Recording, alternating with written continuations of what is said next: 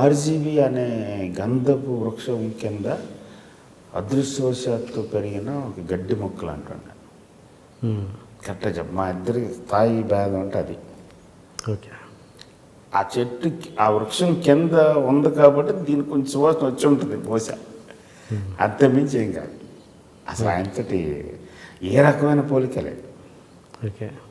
సరిపోను మోడెస్ట్ కోసం చెప్పట్లేదు. ఆయన దగ్గర వర్క్ చేయకపోయి ఉంటే కృష్ణవంశీ స్టైల్ ఇలా ఉండేది కాదండి. డెఫినెట్గా అనుమానం లేదు. ఆయన దగ్గర పనిచేసినందువల్ల కొన్ని మురికి తొడుగులు పగిలిపోయినాయి. ఓకే. అంత గొప్పగా ఇన్స్పైర్ చేసిన ఆర్జీవి గారితో మీకు ఎందుకు విభేదాలు వచ్చాయి? అప్పుడు ఎప్పుడు రాలేదు. ఎప్పుడు రాలేదు.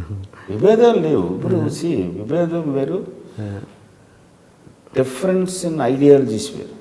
ఓకే. ఏ విషయంలో? కరెక్ట్గా చెప్పాలంటే అంత ప్రామినెంట్ మ్యాటర్ ఏం కాదు.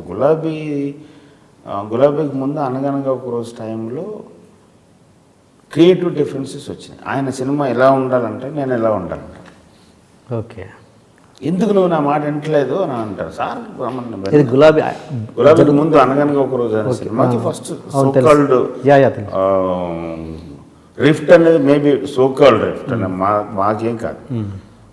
అక్కడ స్టార్ట్ అయింది. ఇలాగైతే నేను చేయను సార్ అన్నా. చేయకపోతే అలా కూడా నేను కదా ప్రొడ్యూసర్నే అంటే ప్రొడ్యూసర్ అని ఫోర్స్. ఇలాంటిది ఏదో చిన్నది ఒక ఫన్ ఆర్గ్యుమెంట్ ఓకే జరుగుంటుంది. తర్వాత because of my lack of experience or my over enthusiastic nature డెఫినెట్గా బడ్జెట్ కంట్రోల్ తప్పదు. ఒక కొత్త డైరెక్టర్ మీద, ఒక కొత్త హీరో మీద ఎంతవరకు వెళ్ళగలగాలో వెళ్ళకుండా ఇంకా